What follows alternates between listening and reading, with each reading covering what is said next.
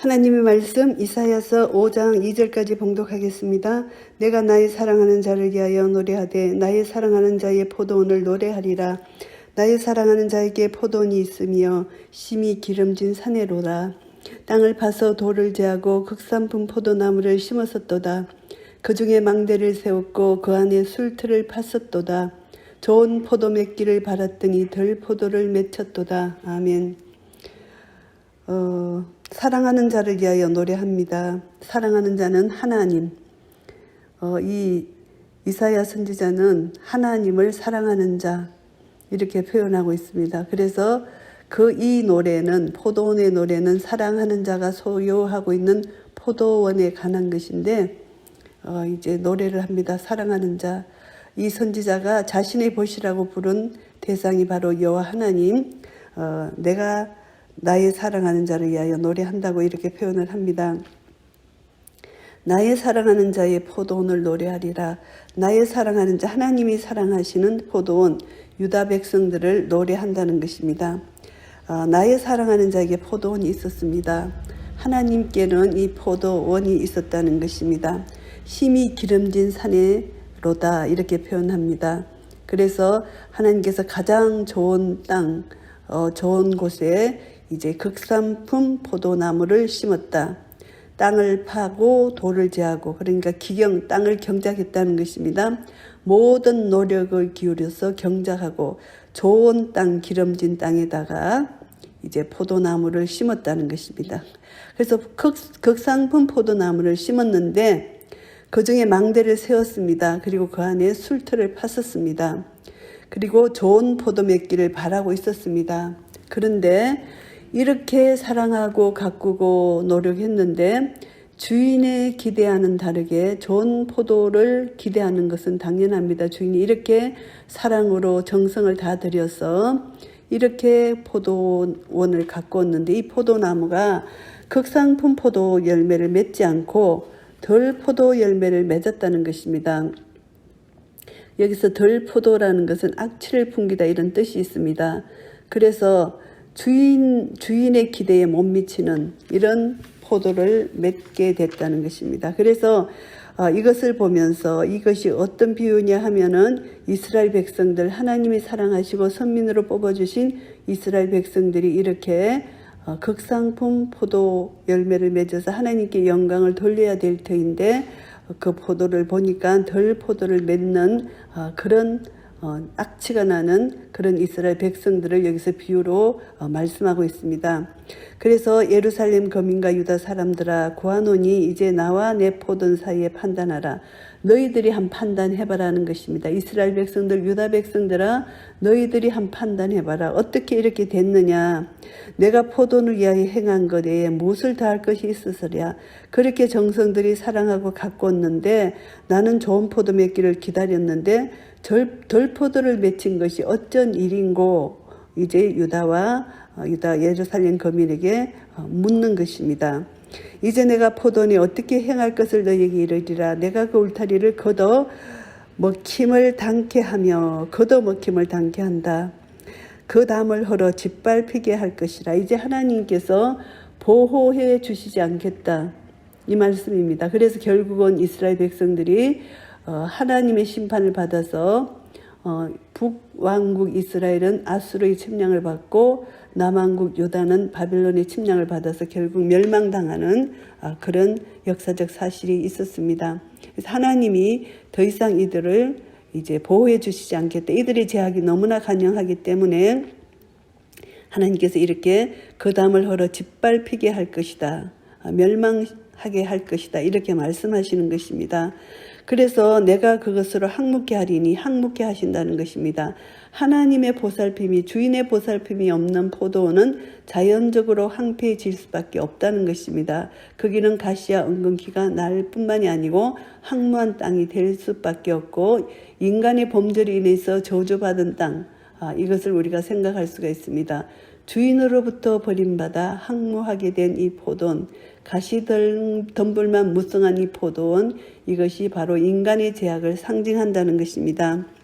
그래서 이제 내가 포도원에 어떻게 행할 것이냐, 담을 헐어버렸다는 것이고, 그리고 항목게 한다는 것이고, 가지를 자름이나 북을 돋우지 못하여 진려와 형극이 날 것이다, 이렇게 말씀하셨고요.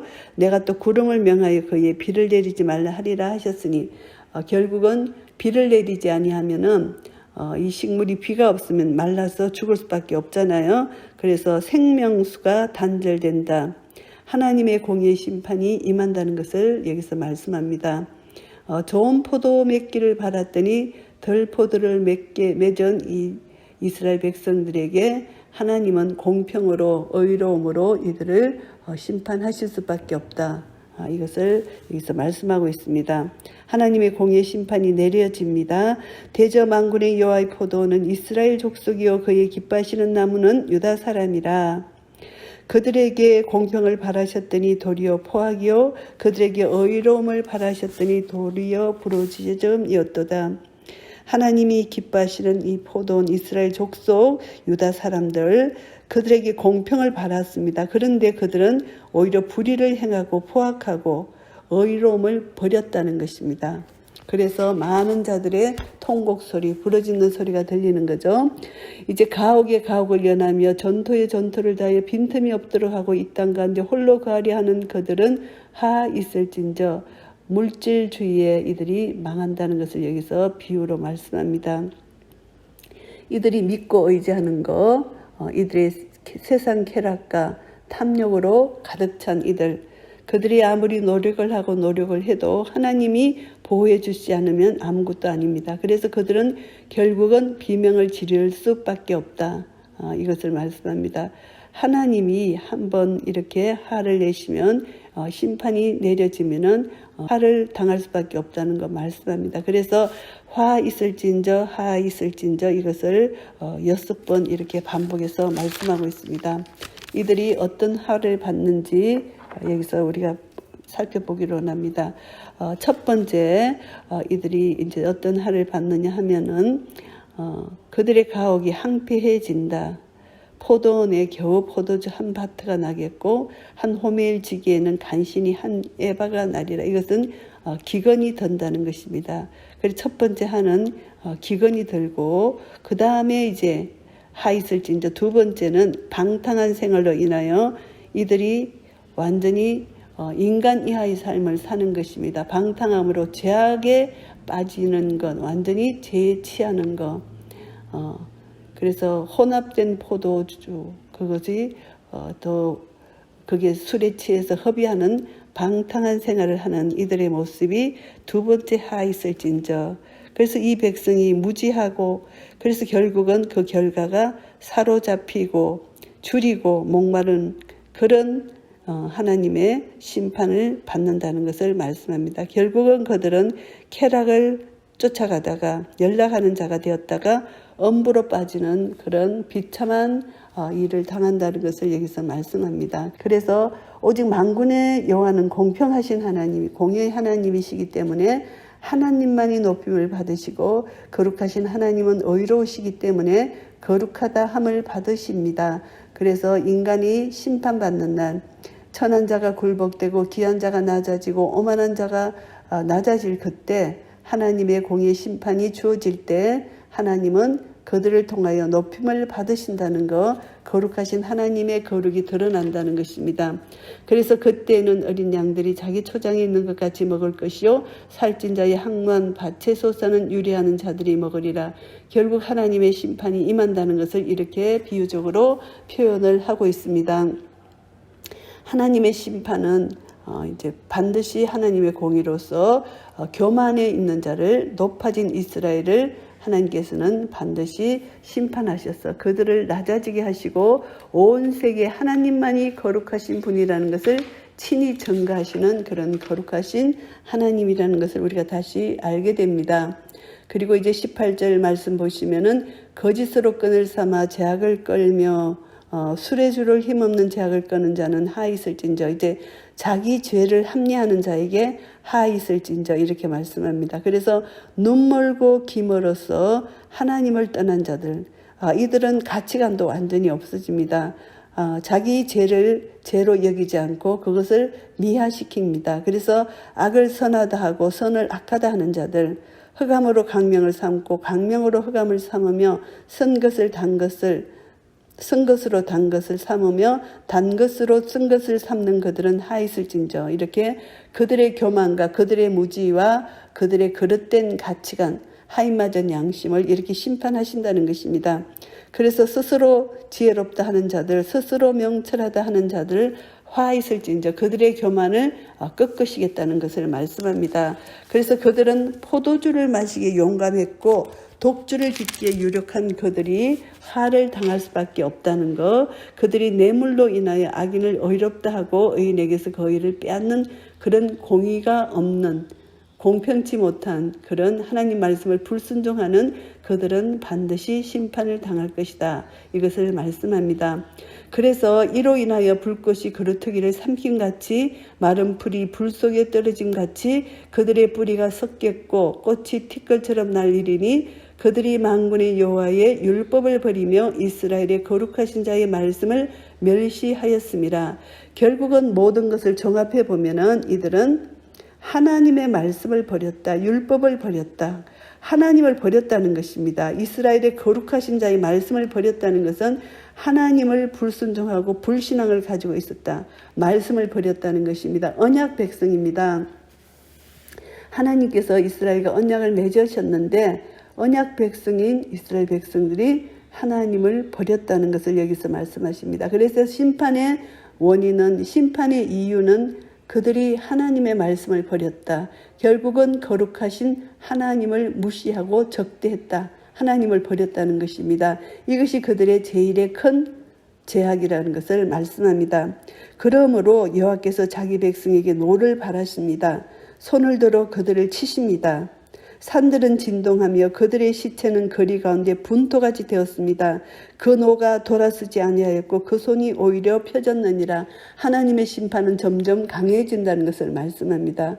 그래서 하나님이 어떻게 이들을 심판하시냐 하면은 길을 세우시고 이제 전쟁이 깁니다. 먼 나라들을 불러 땅 끝에서부터 오게 하실 것이라. 결국은 전쟁을 일으키신다는 것입니다. 보라 그들이 빨리 달려올 것이로되 이제 전쟁하러 이제 이스라엘에게는 아수르를 통해서 침공을 당하게 하고 유다에게는 바벨론을 통해서 침공을 당하게 하는 그런 역사적 사건을 우리가 알 수가 있습니다. 그래서 그 중에 곰핍하여 넘어지는 자도 없을 것이며 조는 자나 자는 자도 없을 것이며 그들의 허리띠는 풀리지 아니하며 그들의 신들매는 끊어지지 아니하며 이제 전쟁 가운데서 그들은 고통과 절망과 죽음과 파멸 가운데서 그들은 긴장된 상태로 있다는 것입니다. 그래서 그들의 살은 날카롭고 그 모든 할은 당겨졌으며 전쟁이 일어나는 거죠. 그 말끔은 부싯돌 같고 차 바뀌는 해리바람 같을 것이며 이제 전쟁이 일어납니다. 부르짖습니다.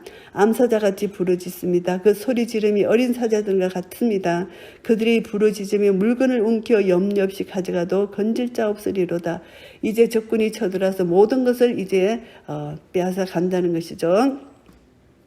그날에 이제 심판의 날에 전쟁의 날에 그들이 바다 물결 소리같이 백성을 향하여 부르짖으리니 사람이 그 땅을 바라보면 흑암과 고난이 있고 빛은 구름에 가려져서 어두우리라. 결국은 심판의 날 이들의 마지막 종말은 고통밖에 없다. 흑암이다. 이스라엘의 절망을 표시하는 이런 내용입니다. 흑암에서 그들은 강명을 도저히 찾을 수 없고 이제 흑암 가운데 사는 자들이 되었다. 결국은 심판받는 자들이라는 것을 여기서 말씀합니다. 오늘 이사야서 5장 말씀을 정리하겠습니다. 포도원 이스라엘 유다에 임할 심판을 여기서 말씀합니다. 1절부터 7절까지는 포도원 노래로 이렇게 노래로 묘사를 하는데 이스라엘의 극악한 죄악을 민요 형식을 사용해서 묘사를 했습니다. 1절부터 2절까지는 하나님께서 유다 백성들에게 베푸신 은혜, 기름진 산을 예비해 주셨고 땅을 기경해 주셨고 최상품 포도나무를 심어 주셨는데 모든 사랑과 정성을 쏟아 주셨는데 결국은 3절 4절 말씀에 유다 백성은 배은 망덕에서 극상품 포도 열매를 맺어야 되는데 덜 포도 열매를 맺었다는 것입니다. 이들이 하나님 은혜를 깨닫지 못하고 범죄해서 많은 악행을 저지른 것을 비유로 이렇게 말씀해 주셨습니다. 결국은 5절 6절 말씀에 하나님의 심판이 내리질 수밖에 없다는 것, 이것을 결론 맺습니다. 그래서 그들이 덜포도로 맺은 제약이 어떤 제약인지가 8절부터 23절까지 쭉 6가지 제약, 하 있을진저 6번의 하 있을진저로 여기서 말씀하고 있습니다.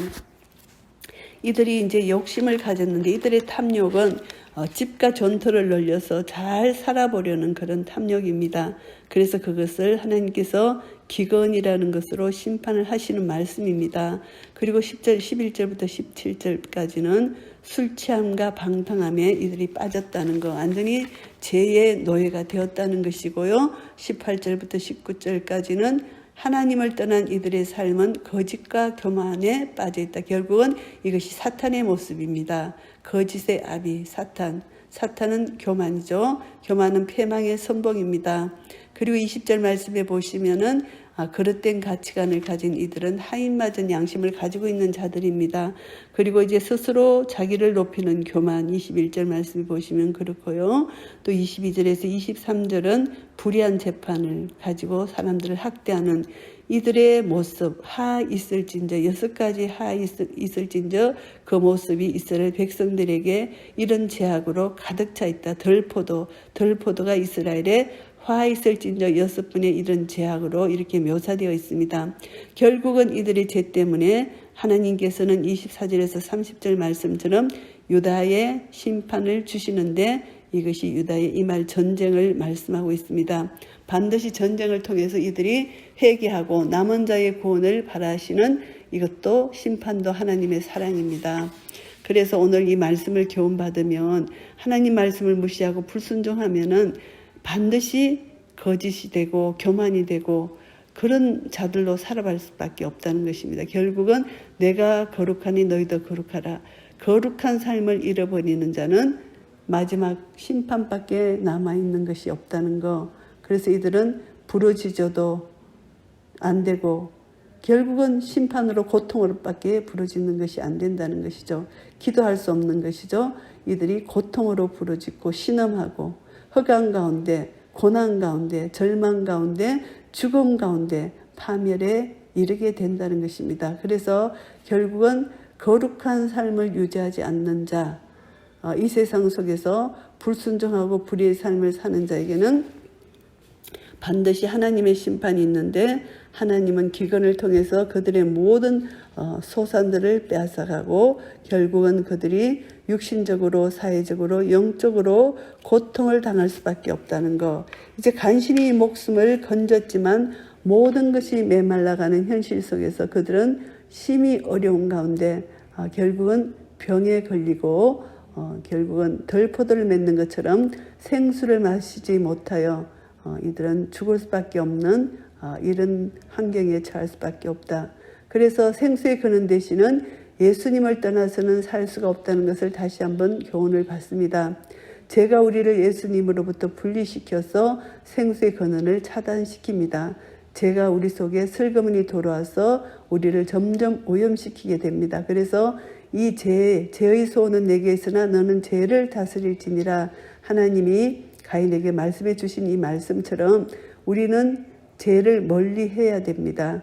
하나님께 나아가 예수님 보혈로 날마다 우리 자신을 깨끗이 씻고 보혈로 덮고 우리는 하나님께 나아가 기도함으로 예수님과의 교제를 계속함으로 그 생수에 거는 되시는 예수님 생명의 말씀의 능력이 우리 속에 흘러 들어와서 황폐해진 우리의 삶, 죄로 물든 우리의 삶을 깨끗이 씻고 이제 우리는 하나님 앞에 나아가 강하고 담대한 믿음 가운데 주님이 약속하신 생명의 말씀 생수를 날마다 우리는 먹게 될 때 우리 배에서 생수가 샘솟듯 솟아난다는 것. 그래서 우리는 죄와 싸워야 됩니다. 피 흘리기까지 죄와 싸워야 된다는 것 다시 한번 깨닫게 됩니다. 죄는 이렇게 우리를 멸망으로 치닫게 하는 것, 이것을 우리가 다시 한번 깨닫고 우리는 이 땅에 사는 동안 정말 죄에 빠지지 않고 하나님이 우리를 높여주시는 그런 대열에 서서 내가 주님을 위하여 주님 이름을 높여드릴 때 하나님은 우리를 또 높여주시는 그런 하나님의 은혜, 내가 겸손히 낮아질 때 하나님은 우리를 높여주시는 그런 은혜가 있습니다.